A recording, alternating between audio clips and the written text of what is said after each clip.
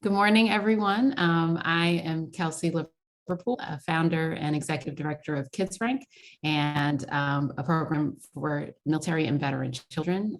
We do a lot of work in supporting them in many ways. And one of the ways that we got into this year is thinking about their mental health and well-being. And so over the last year, we've had these conversations, foundation conversations, to really start to learn more about what's out there, what networks are available and resources to support our kids and families. And so each month we've been having conversations with different organizations and individuals to help share, where are there gaps in services and where, we can be better informed.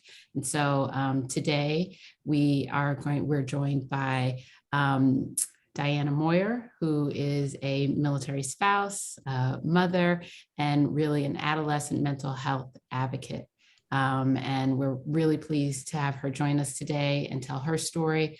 And as well, we have Rob McCartney, the CEO of the Barry Robinson Center. And it all ties into, we're talking about a difficult topic. So just kind of a disclaimer, we'll be talking about some difficult and challenging issues around bullying and suicide prevention. And so just to be aware as a forewarning. But I feel it's an important topic. Our military kids, because of transition, experience so many things. And then if you layer in any kind of mental health challenge, and I mean, bullying is a higher, military children experience it more compared to their civilian counterparts. If you can imagine, moving and being in new places and the new kid, I mean, that can be really difficult. So I want to kind of dive right into it because we have so much information that I know will not fit into this hour-long session, but we will kind of get started. So I want to start with Diana. If you would share a little bit about your story and kind of, what you've experienced with your family. Definitely. So this goes back to August of 2019. My husband was deployed. We were just having a great summer day, and my son started saying some stuff at a command picnic, and I got a little concerned. And then later that day, he did try to hang himself.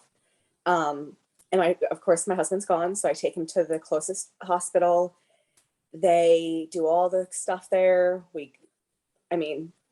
Sitting there trying to beg your child, who at the time is 7 years old, to just want to live will always stay with me. The doctors came in. We were able to be placed into an acute treatment center locally. It took about 8 hours for us to get the ambulance to be able to take him there. And he spent 7 days there. Now, I'll always look back and wish I didn't send him there. At the time, I thought I was doing the best thing. I listened to the professionals. I listened to the ER staff. I listened to the social worker when she came in and told me that this was the place to send him. It was close. I could see him. And it wasn't until after my son was there for a couple of days where I started getting this really weird feeling. He stayed there for 7 days. He came home, and of course, at acute centers, I felt like they gave him a lot of medicine and then they let him out in the street. And then they're like, okay, you're good. We're good. And over the next month, I fought with TRICARE and I fought with his doctors to get him more care and more treatments. My son is on the autism spectrum. So every turn that I did, I was told, we treat him, but we don't know how to treat him if he has autism. We don't feel comfortable treating him. And then I'd find another doctor and I'd get the same response. We would treat him, but he has autism and I don't know how to treat him with that. I went to a school and I begged his school and I was like, my son just got out of treatment. He's being bullied and he is having suicidal indications. And I got hit with another brick wall after another brick wall. And a couple of weeks later, in September of 2019, while at school, he slit his wrists. I was notified 2 hours afterwards. I was able to go get him. And again, the school did not help my child. My son was given OSS. The bullies never got punished. But again, Jackson got OSS. So I told the school that during the 3 days of OSS, I was going to get him into a residential treatment center, and he was not coming back. Luckily, through my volunteering work with other organizations, I already knew about Barry Robinson Center, but I had only known about them for about maybe 3 months. Now, when I first heard about Barry Robinson Center, I actually thought it was a group home for children in foster care. It wasn't until my son started having problems that someone had told me, have you ever thought about the Barry Robinson Center? And that's when I learned that this amazing thing was right around the corner from me.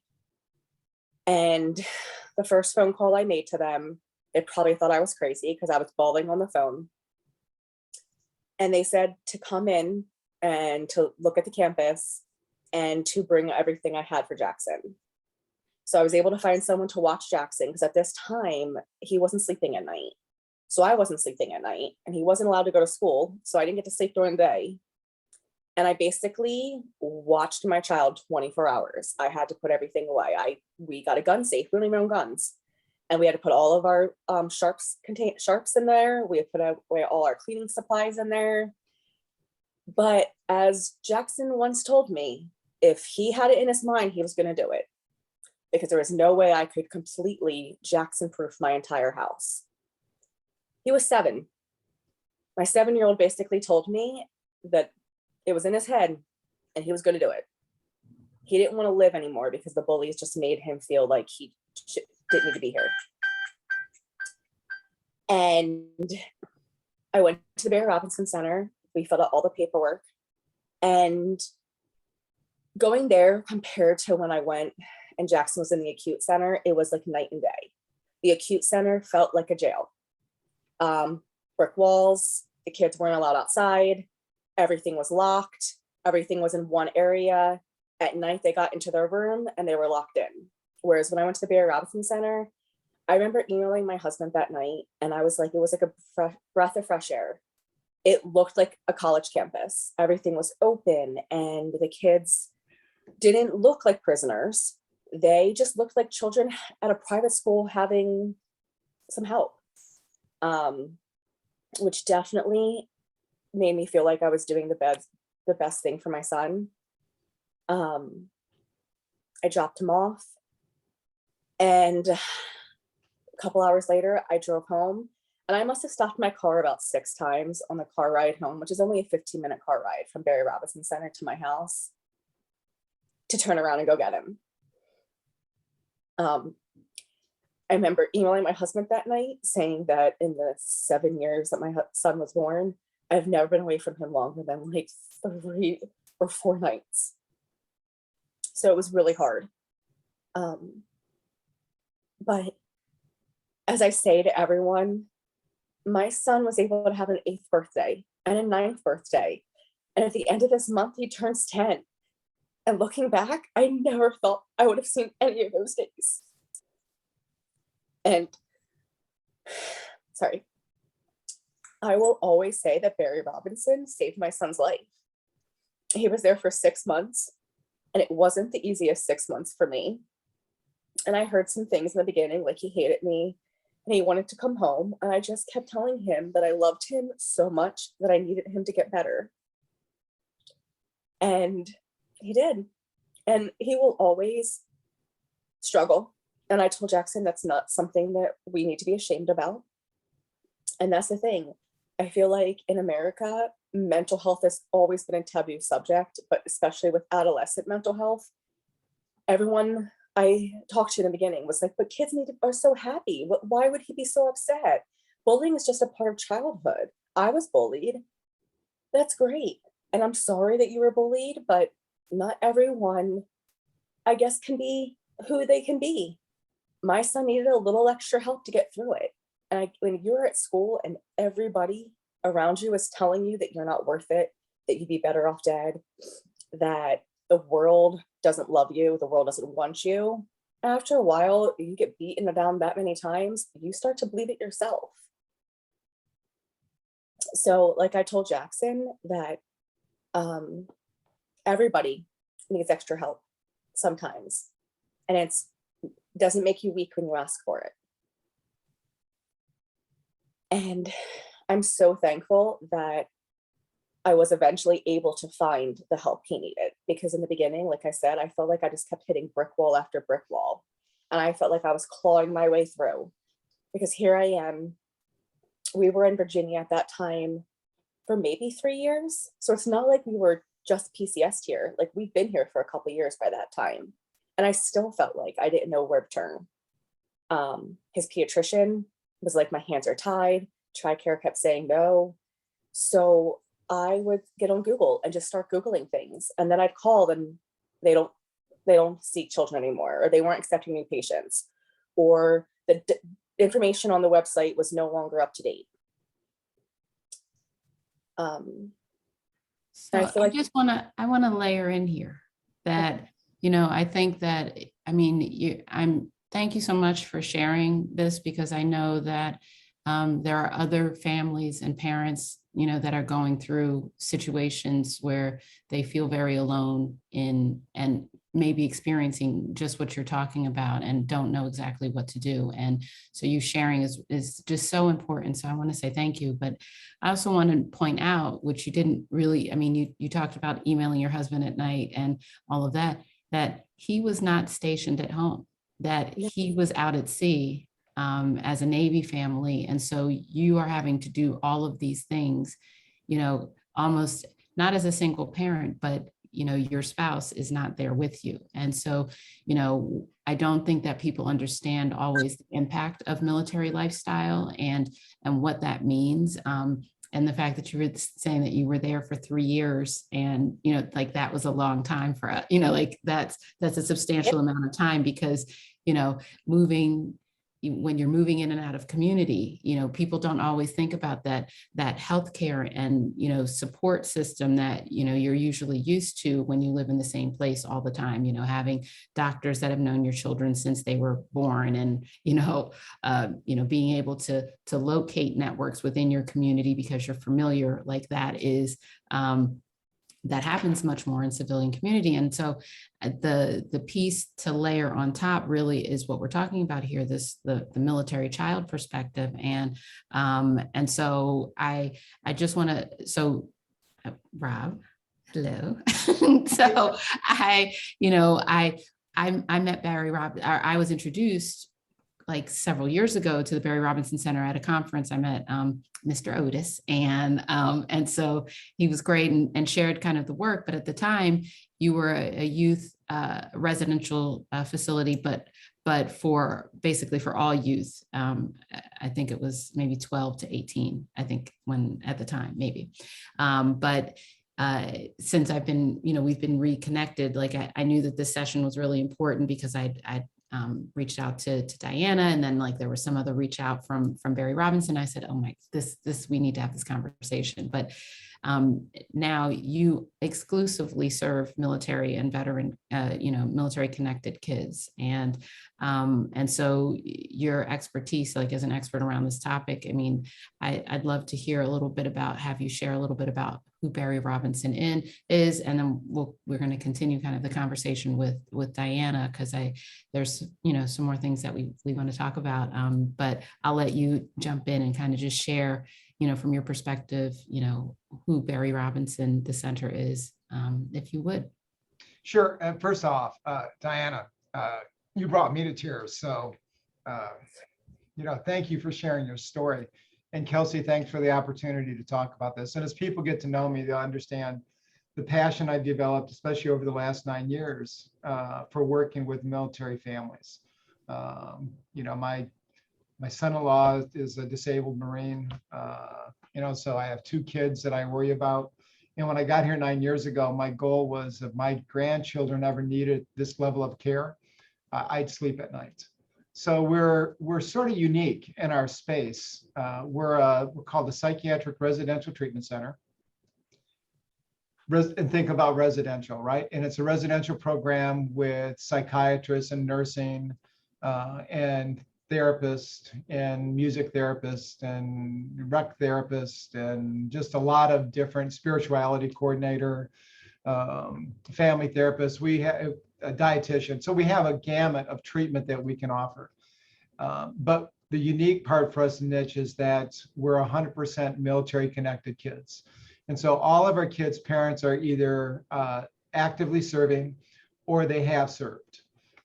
So they're veterans, which brings us to understanding the challenges that many military families experience. So with active duty, we know that if a child serves with a parent through their years, does 20 years, they're going to probably have 7 to 9 PCSing and probably anywhere from 6 to 9 schools that they'll go to. And if you think about, when you go to an on-base school, which is a lot of the armies have, especially still with their elementary and middle schools, everybody's sort of doing the same movement. And so there's more of an understanding. With the Navy is that because the base housing and base schools are not as prevalent, the sailors and their families get embedded into the community. And then they're going to community schools. And unfortunately, even though you look at Norfolk and Virginia Beach with our high concentration of military personnel, there is a continued lack of education and awareness of what goes on with our military families. I think that the Purple Star recognition for schools has been a very strong movement. I've seen more and more schools move toward that. But understanding what it means to come into a new school when you've been deployed, when you just PCS, understanding what it means when dad or mom gets deployed and how long they're going to be gone. My wife is a kindergarten teacher and she teaches at a school that's 60% military.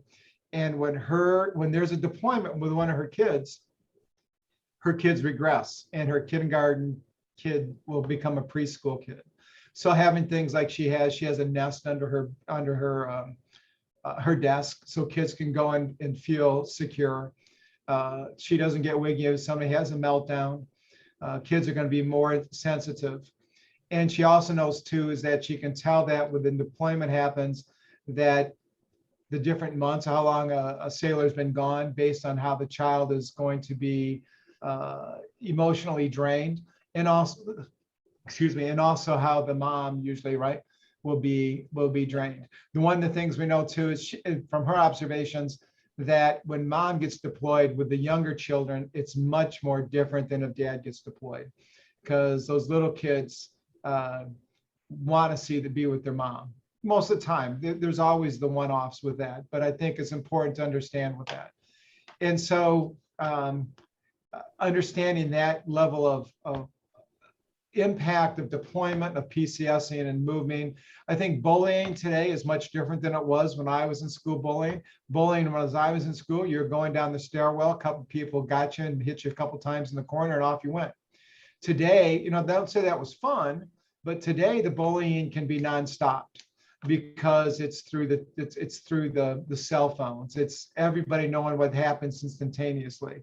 So if somebody got sort of hit a couple times in the stairwell, that's going to be videotaped and it's going to be pushed off to everybody, and then everybody's going to be talking about it. So I think we need to understand that the bullying impact is tough. And I think that teachers are at a loss at times because they don't know what to do about it.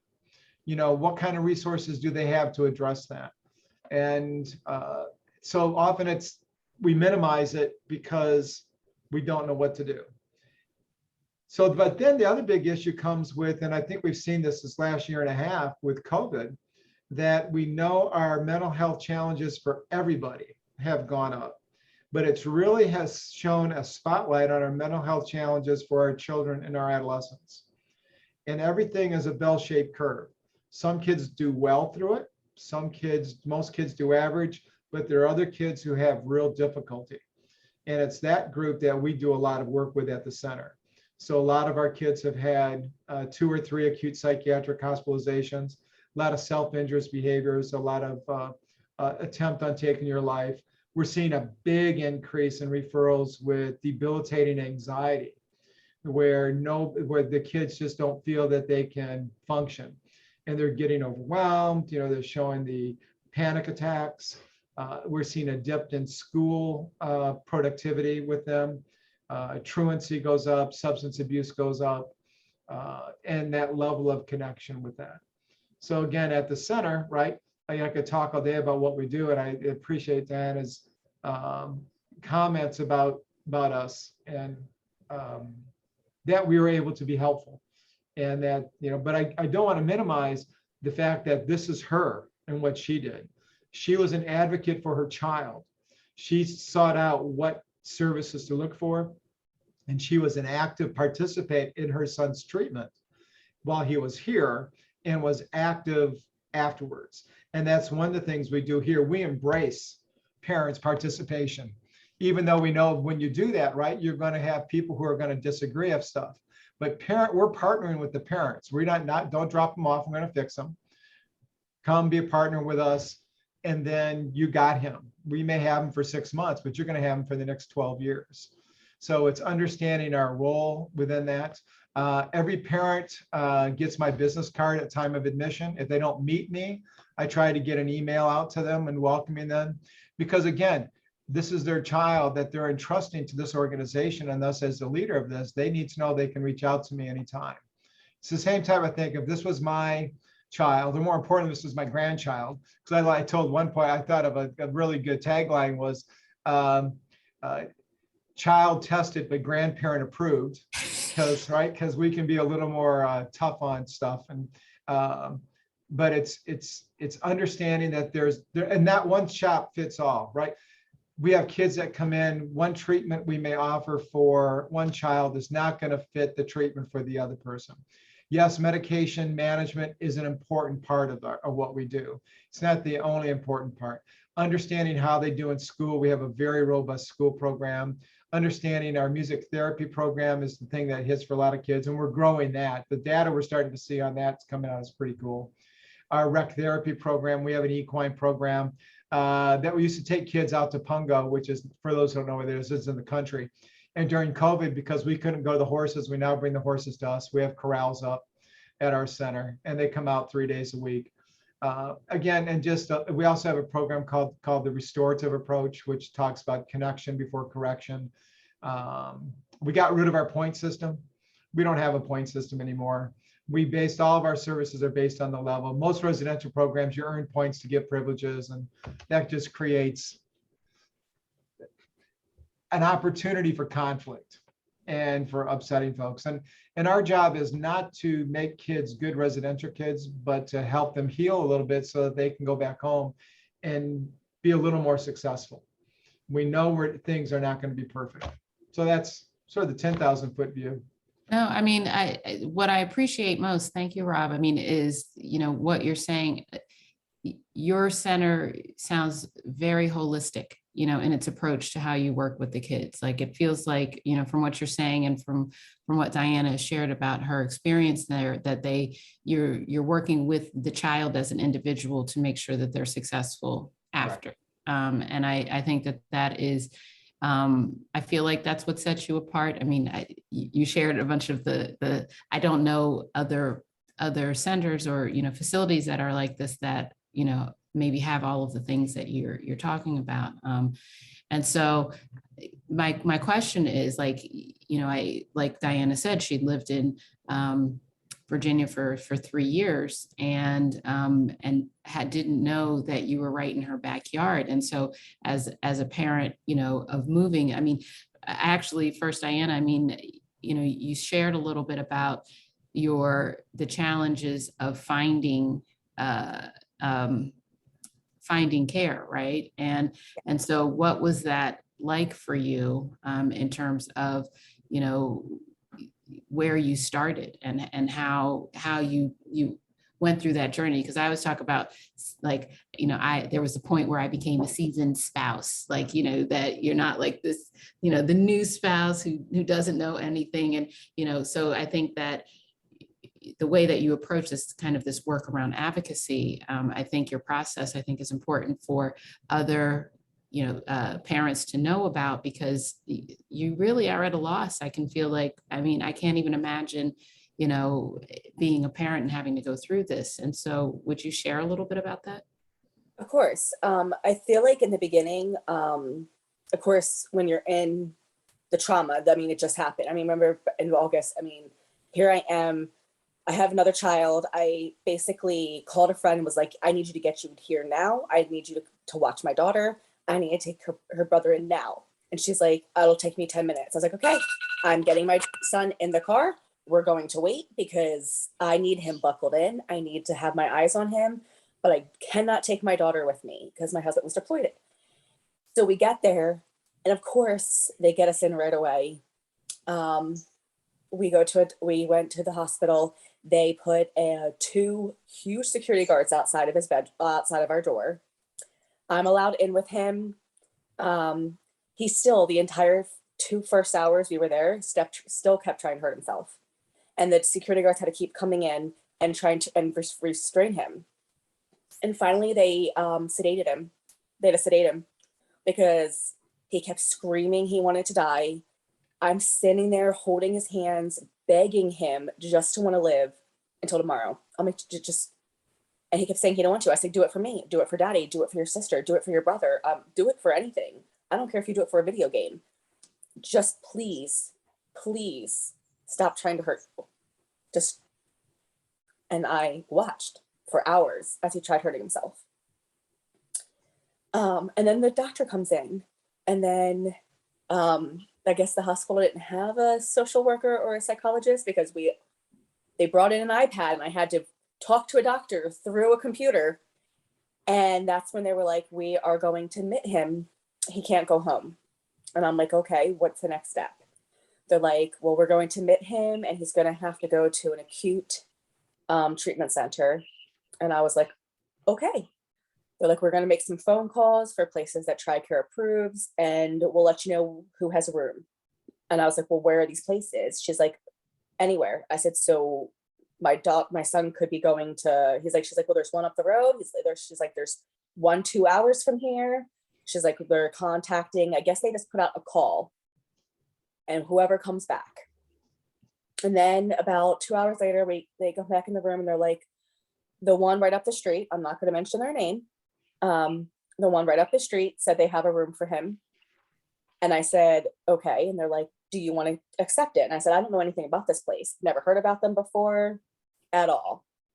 The doctor, the social worker, and someone who came from my husband's command, which met me there, which she's a teacher. Well, she was a teacher in Virginia. All told me it was a good place. I remember sitting there crying, and another seasoned spouse was like, I'd send my daughter here. So I said, okay. I trusted everyone. I trusted the doctors. I trusted the person that I thought had my son's best interest at heart. And I trusted the, I guess the social worker and the thing. And I said, okay. So they, a couple hours later, came in. Jackson had to go into the ambulance. I was allowed to follow him behind him as we go 10 minutes down the road to the center.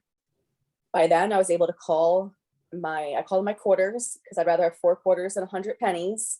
There are other military spouses in the neighborhood. And they met me there because when I got there, they're like, he can't have, I mean, very much no strings in his clothes, no strings in his shoes. He had to have certain things. And of course it was summer. So he was wearing sandals with string in it. My group of girls went out and went to Walmart at 11:45 at night and got him all these new clothes. I go in, they let me see him. Of course, he doesn't want to go up to the place. He doesn't want to leave mommy. And then I watched a girl go on her speaker, and I don't even know what code she said. All I know is that a big guy came down and put my child at 7 years old, hands behind his back, and picked him up by his shoulder blades and carried him off as my son was kicking and screaming. Sorry. And I felt like my kid was being arrested, and my son didn't know why he was being treated this way. No one explained to him. And the girl that had talked into the walkie-talkie was like, okay, he's going upstairs, he's being admitted. They'll call you tomorrow with when you can come visit him. And I am like bawling on my friend's arm. And she was like, are you gonna be able to drive home? And I was like, I don't know. So I sat outside in my car for the next like hour, and I emailed my husband to let him know what was going on. I called the American Red Cross. And I drove home. And of course, my daughter was already asleep at my friend's house. So I came home to an empty house and I cried myself to sleep. I didn't sleep much that night. And the next day, I just waited by my cell phone to get the phone call. And I was allowed to see him 2 times. They like let you have like certain, depending on the age group, you're allowed to come. It was like a prison. He had visiting days and we got 30 minutes each visiting day. And I got to go in. My daughter could not go with me. I got in, I had to sign in. I had to make sure I had nothing on me that he could, or any other kid at the time in the waiting area could use against anybody. And so at that time, I was just using what everyone else was telling me, the professionals. So I kept telling my husband, I went to the people because I was like, this is what they do every day. Like they would know the good places to go. They would know the kind of treatment my kid would be receiving. They would know everything. And I've learned to forgive myself because I did not know the horrors that my son would see there. My son came home with some PTSD. For the first 2 weeks after he got home, he would not get into a shower. Because I guess where he was, cold showers were used as punishment. So for the first 2 weeks, I could not get him, like, it was like an infant again. I had to like sponge bath, that I had to go out. Luckily my friend was like, there's this really great shower heads on Amazon that like change colors depending on the water temperature. So I was like, okay, sold, let me buy it. My friend's husband came over and put it on, installed it for me. And that's how I got Jackson to go into the shower. And to this day, he still prefers to go into that shower than any other shower because it goes from like blue to green to red. Yeah, So you can tell the temperature of the water. So when he was home, I had him back into therapy, and I kept calling. And the biggest thing is that Jackson, at the time, we knew he had autism and apraxia. And every time I'd call someplace, I got hit with, we don't feel comfortable continuing this medication. Because when we left the place, they gave us a 30-day supply of the medicine they had him on. And I just hit roadblock after roadblock to find a doctor that wanted to treat him and to renew this medication. Because they kept saying that he was complex because he was on the spectrum. So I put my feelers out. I remember asking friends in the area. I remember going to my pastor and asking for, he's lived here a lot longer than me. Like he had to know, he used to work with youth. I started Googling, which I'm surprised my Google search history was not flagged, because every time I Google something, it would come up with, do you need the suicide hotline? No, I don't need the suicide hotline. I just need to know what to do next. Because when you put in certain words into Google, it flags it. I mean, which is amazing. I love that they give people the suicide hotline number and everything like that, but it kept coming up.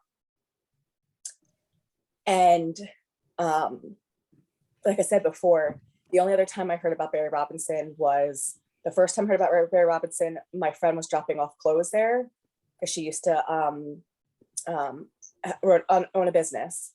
So at the time, I thought it was just a place for foster kids. She's like, well, I'm going to drop off these clothes. I'm donating them. I'm like, okay. So I went.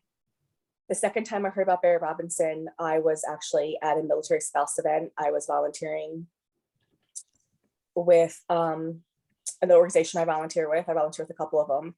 And I saw their table. And I was just getting information for my husband's command because I was on the FRG and I worked with the ombudsman at the time. And I just got information. And then again, I still thought it was just for foster kids and stuff like that. It wasn't until that everything happened. One night I was just feeling defeated and know where I was going. I was getting information. Like I remember emailing my husband, and when me and my husband got together and we had kids, we had that conversation. Like, if something happens and you're deployed, do you want me to let you know right away? Or do you want me to not tell you until you get home because I know you're gone and you can't help? We agreed in the beginning that he wanted to be as involved as he could. So I remember emailing him and I was like, I don't know what to do. I was like, everyone is making me feel like I'm a horrible mom because I'm even thinking about sending my kids somewhere. Nobody will take him on an outpatient status because no one wants to help, or they weren't accepting new patients, or TRICARE wasn't approving it. And I remember telling my husband that I didn't know if the next time he came home, if it was for a funeral. I just can't imagine, what that all must have been like for you and for your family. And I mean, and this brings and drives home the point. And I wanted to have Rob just interject here for a minute and talk a little bit about maybe the difference in, like you talked about the restraining and what that means and why that needed to happen, but then also acute, kind of what acute care is versus maybe the residential, because I think some of the challenge is that a lot of people don't, until you are in the situation, you don't really, these aren't terms or, as Diana shared before, that, mental health is still is a stigma, and in the military culture specifically, it's still very much a stigma. And so you don't know these terms. And so people are saying, well, you should do this, or you should maybe consider that. But if you don't, just what Diana was saying, if you don't know, then how do you, where do you go from there? And how do you know that you're making the best choice in the interest of your child? So I'm going to let Rob just share a little bit about that. Sure. The simple thing to talk about is, and the most difficult thing to talk about are both, is the restraints. And so when you're talking about restraints, you need to think about 3 different types of restraining people who are acting out or having some behavioral issues. And we'll get to that in a minute. One would be seclusion, and that would be where they are put into a separate room and the door's locked. The second would be mechanical restraints, and that could be that they're onto a bed and they're put into maybe 4-point restraints. That you can't move on that at all. And then the third one is when you're doing a physical hold, right? When it's a human restraint. And most of the time when at least in residential and usually in acute side, when you talk about restraint, you're talking about that physical hold on that. There's also chemical restraints when they're using medication to address the behavior, right? And I suppose you can make an argument for each one of those, right? And I could probably make an argument against most of them, but that becomes a different story, because when you put a restraint, there's some real defined reasons why. The individual has to be a threat to themselves or to somebody else. And if you put your hands on somebody and you restrict their movement, that's a restraint. So, and so in her son's case, if he was a threat to himself, and based on what they were saying, he was suicidal and needed to go in, I guess you could go that way. What I heard, which bothered me the most, nobody sat down and told him and told her, this is what we need to do to get him in there. This may not be pretty, right? We understand this. We're going to talk to him. We're going to try not to get that. But to have a big guy walk in, snatch your child up, scares the crap out of everybody. And it does have that level of traumatization. I understand where that comes from, that staff member was probably told, go down there, pick him up and bring him here. And they may have felt, that's easier just to get him up here, then we can deal with that. I mean, we could, I don't want to put him as the person who is doing the wrong thing, because this was probably a direct care staff who was being asked to do something by the nurse or by somebody on the unit for that, right? So Seclusion is something I don't think we see very much seclusion anymore at the Barry Robinson Center. I was telling you earlier beforehand, the second week I was here, I took the doors off the seclusion room, right? And we've had a really good run with our clinical programming to decrease in restraints. But there are times when you do have to restrain. We're an open campus. If a child is going to run out in front of the street, in front of the car, we're going to grab them and we're going to restrain them. If a child's going to hit another child, we're going to stop that. But we're not going to put them in a mechanical restraint. We're not going to put them into a room and lock them up. And as soon as they get back under control, we can do that. I think that when you're looking at then from the acute care side, acute care stays are usually anywhere from 7 to maybe 21 days. And the whole purpose on that is for stabilization. And think of them as crisis intervention for long term. So you may look at medication management, which tends to be a lot of work they do at that point. They can do a pretty good assessment. So you have your psychiatrist, you have your social worker, you'll have maybe a psychologist, and watching the child on the floor, you can get a good sense of where they are. They do a lot of group work in most places. Again, we can debate, how functional, how helpful that is for very short term with a group that's always changing. And I think that's the thing to know, that in acute settings, there's a big turnover, right? There's admissions and discharges every day. So there's that ongoing instability. You're not going to develop that very cohesiveness with folks. You can have one roommate, because most of the folks have, you share a room with somebody. I think more newer hospitals coming up, newer programs are all becoming individual rooms. And that prevents a lot of problems. But you could have a roommate you like today, they get discharged, you bring somebody else in, and then this person comes in and maybe they're literally psychotic and they're having those issues going on, and there could be screaming and yelling, then somebody's getting restrained down there. It can go from being a very calm environment in residential to being pretty chaotic and loud. And that is not helpful in the therapeutic standpoint. I don't know the solution to that besides going to individual rooms. The other thing is, we know with all hospitals and every place are struggle with staffing. And again, we can talk about reimbursement rates and what people can pay. We could talk at some point about the difference between for-profit versus nonprofit, for-profit, investor-owned. That becomes a separate discussion, but those are questions parents need to be asking when they're looking for treatment in residential care. Looking at what's your restraint policy, what's your visitations the same way. They try to control that, and to have, and it's not for the kids, but it's for the programmatic functioning with that. What we have found is not every parent can come from 3 o'clock to 5 o'clock in the afternoon for visitation.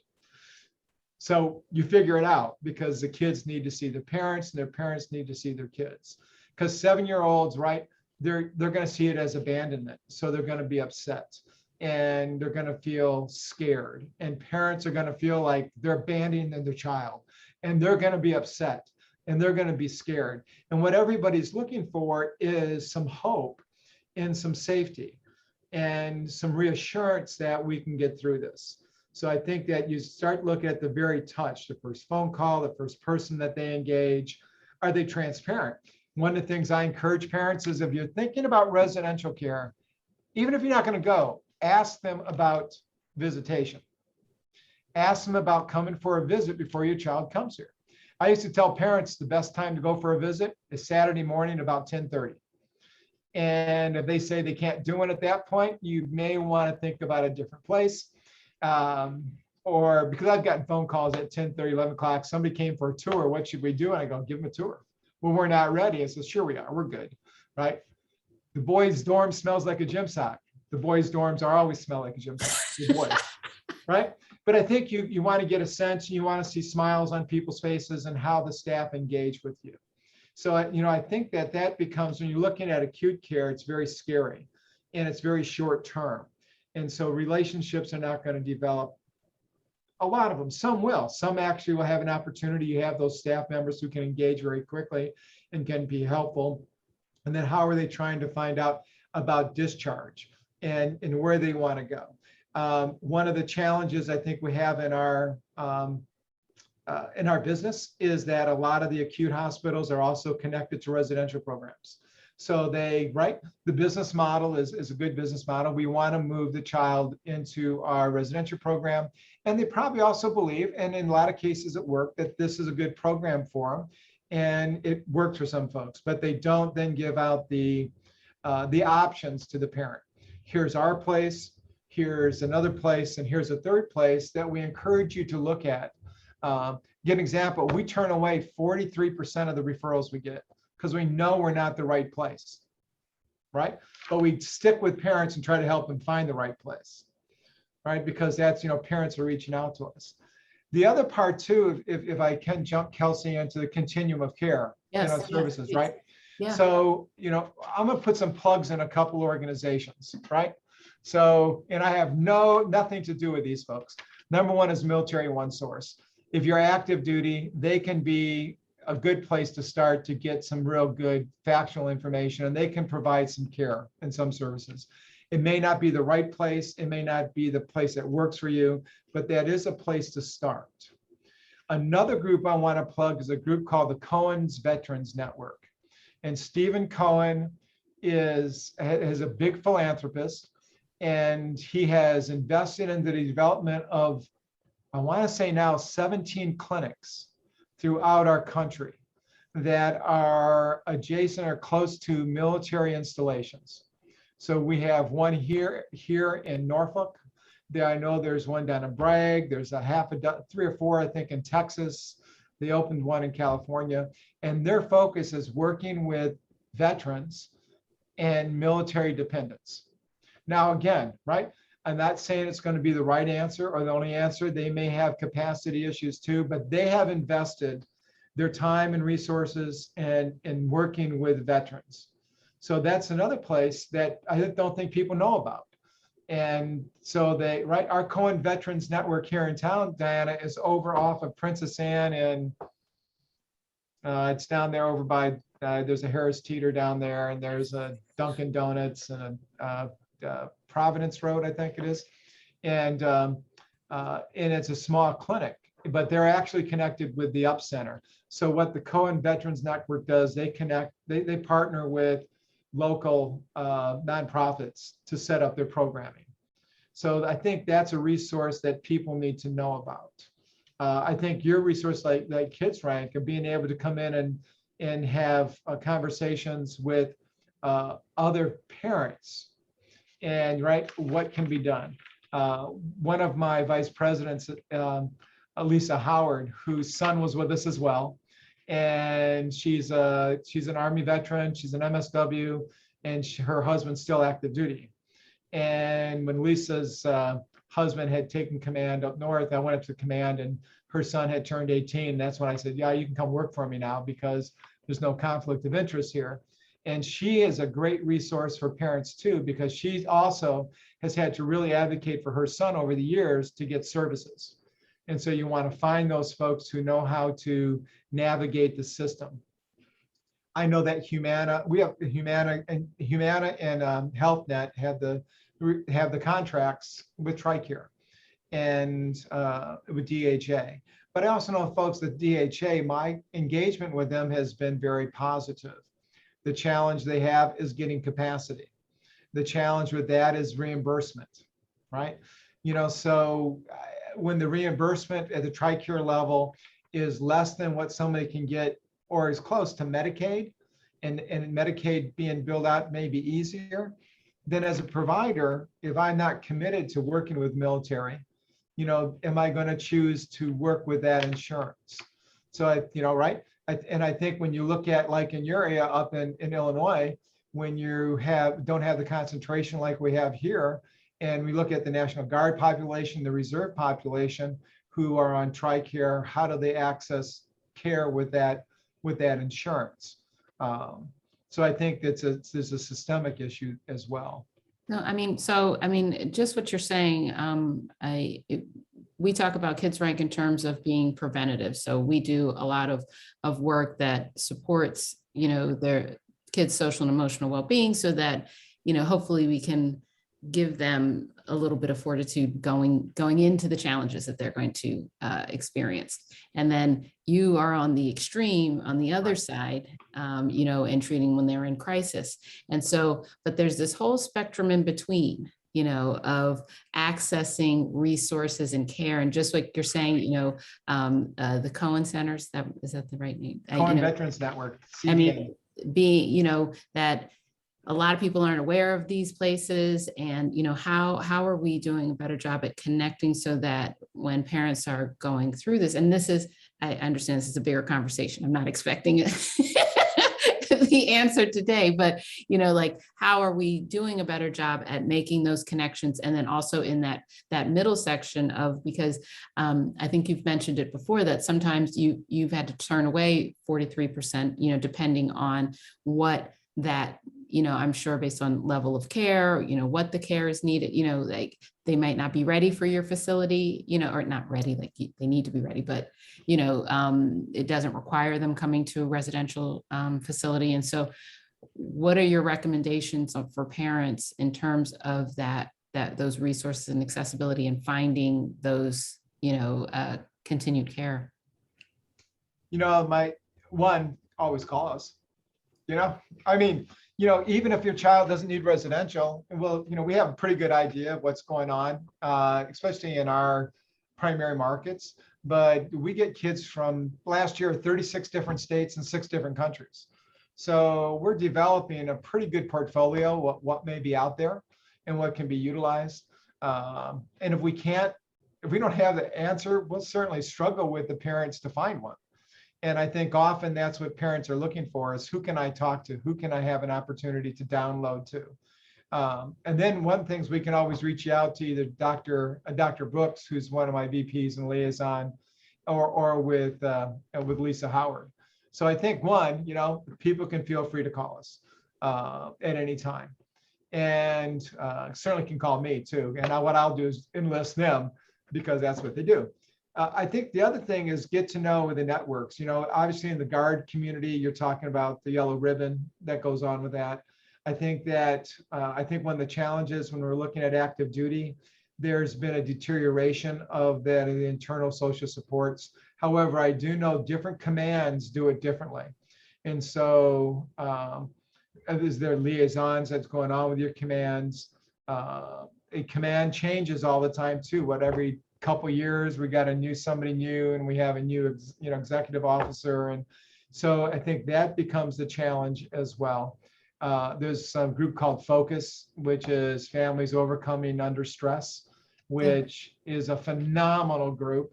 They were actually our first session. They were on our very first session of this foundation's conversation. Oh, those guys are great. And that may be the most underutilized and least well-known group that can come out and can help families, because sometimes if you can get in early and you can get before the stress becomes debilitating. And understanding when there's a deployment, you're going to have stress.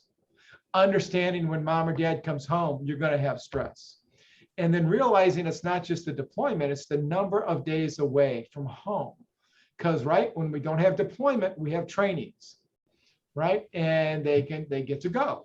And so the impact on the kids, and understanding that even if it's not them moving, their best friend may get PCS, and all of a sudden they've lost that support. I've seen that with my grandson. He's lost 2 of his close friends. He told me the other day, he goes, "Papa, I'm sort of tired of having friends." And I go, "You still talk to him online?" He says, "Yeah, but not the same." And he's only 11. But yes, it's incredible. So developing that social support. And I think the other challenge we have too is how do we leverage the civilian community, that group that is, that they can come into the community embraces them. I saw something the other day in one of the magazines we get, I think Military Family magazine, where one community, one business, somebody was getting deployed, and they heard about it, National Guard. And so every day or once a week, somebody from that work was taking dinner to the family, And so I think there's things that we need to be able to do. My concern is now that we're not at quote war, that the concern of our veterans will decrease, even though the deployment cycle hasn't changed, even though we're at 13 hotspots throughout our country. I mean, I don't think the civilian population really has a good understanding of the being on alert all the time has on our families. Absolutely. I mean, for Navy, I know they deploy, regardless of wartime or not, it's just part of it. I do. So this really is the beginning of a conversation, because there's so much that we can dig into and so much like information that we would like to be able to continue, really talking about, maybe digging into the language about what would be helpful for families and to know about when they're trying to engage and decide on where to send their child, or if their child needs services. But this is just the beginning. So, but I wanted to ask Diana, kind of as this advocacy role, like in wrapping up today's session, like what would you want a parent to know, maybe something that you wish you had known when you were faced with this challenge and this situation? I think the first thing I wish I would have known was that I wasn't a bad mom. I mean, I really felt like I was a horrible person. First, that my child was going through this. Jackson, I wasn't even aware that he was being bullied. And I feel like it was a domino effect. My husband deployed, and then his principal and his favorite special education teacher both left at the end of first grade. Her husband got PCS, so she left to follow her husband. And the principal was switched to a different school. And they were really the two people that he really felt comfortable with at school. And it was nice because both of them came to me first to let me know before they made the announcement to the rest of the school. And I did let him know. But over the summer, and like you said, like we are a Navy family, so we're so close to the school, he was still being bullied. And I'd love to say he was only being bullied by students, but sadly he was being bullied by adults. And I didn't know. I feel like people sometimes don't realize what they say can be very hurtful to a child. My son doesn't mean he doesn't understand what you're saying. Doesn't mean he doesn't understand when you say something. He may not understand the sarcasm, but he understands what you're saying. So that I wasn't a bad mom, because that was the first thing. Like I felt like I just like completely failed my son, and that I wasn't alone. When we finally got into Barry Robinson, which was one of the things I did when I went in there, I asked. I was like, with the experience we had at the acute center, I had a lot of questions. And our last station was in Illinois. So when Jackson was diagnosed with autism, because it wasn't as big of a thing as here, I was given a binder. The doctor basically told me, this will be your son's I love me binder. And I did. I keep everything in there. So when I got to Barry Robinson, the poor admissions lady probably looked at me like I was crazy, because I come in with this huge binder, probably 6 to 8 inches thick, just with paperwork. Like, this is my child in a nutshell. Tell me if you can help me. And while you're looking through it, can you answer these questions? My questions was, if they used cold water as a punishment, how often I could come visit, schooling, because he was going to be there for a long time.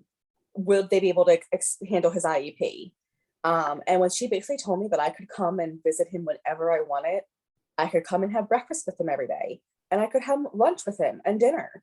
And when we dropped him off, it was right around lunchtime. So here I come in, I'm like, okay, they're like, sign your name. I'm like, okay, well, where do I pay? And they're like, nope, this is not like that. This isn't like a cafeteria in a hospital. We're just gonna sit down and eat dinner like you were at home. So I was able to eat with him all the time. My daughter was allowed to come visit with him. We had group therapy. So, and that's when Jackson finally got released. And that's when my husband was home. And I felt like I was no longer in the fight or flight, because for like 6 months, I felt like my body was constantly in fight or flight. I never knew. That's when I looked at my husband and I was like, if I go to my grave and the only thing I'm ever remembered for is that I was a good mom and that I fought with my last breath for adolescent mental health, then I will say that I did my job. I don't have to be recognized for anything else. And I tell people all the time, my cell phone's always available. You can PM me on Facebook or Instagram, and I will help you, because having someone to talk to through that time would have been something I would have loved. My husband was gone. No one around me knew what I was going through. So I had no one, like Robert said, just to call and throw things out and be like, what's my next step? So I would, if for a family that may be starting to go through what we went through, to know that, take a deep breath. You're not alone. You're not a horrible parent. And one day your child will be thankful that you got them the help you did, because in the beginning, Jackson didn't like me. And I remember when we were going through family therapy, because he'd have therapy alone, and then we'd have once a week, we had family therapy. And in the beginning, he told me he didn't like me. And he told me that it was my fault that he was suicidal. And the next time he tried it, it was my punishment, because I sent him away. But then the child that came home 6 months later, right before COVID happened, which was a whole other scary thought for us, he comes home 2 weeks later, the world like decides to close everything down. And I did. I called Barry Robbins up and I was like, what if he backslides? Like, Yeah. what are we doing? Because we had this whole plan, and what happens now? And he was right. Like, they went me through it and they periodically called me to check up on him. I got emails asking how he was. I never felt like he was released and I was on my own. Well, you make such good points of the feeling of, giving yourself some grace through the process, and then being connected to a community that can support you. So not feeling like you're alone. And I appreciate that that's what I'm hearing. And I understand that Barry Robinson does as a community. And I think why, one of the reasons I think it's so successful in how they work with their residents and families. So I'm going to ask Rob if he has any closing thoughts for today. We will provide, there'll be a slide. We'll wrap up with a slide that will have information about Barry Robinson with contact information as well. Diana, I might put your information if there are any parents that want to talk.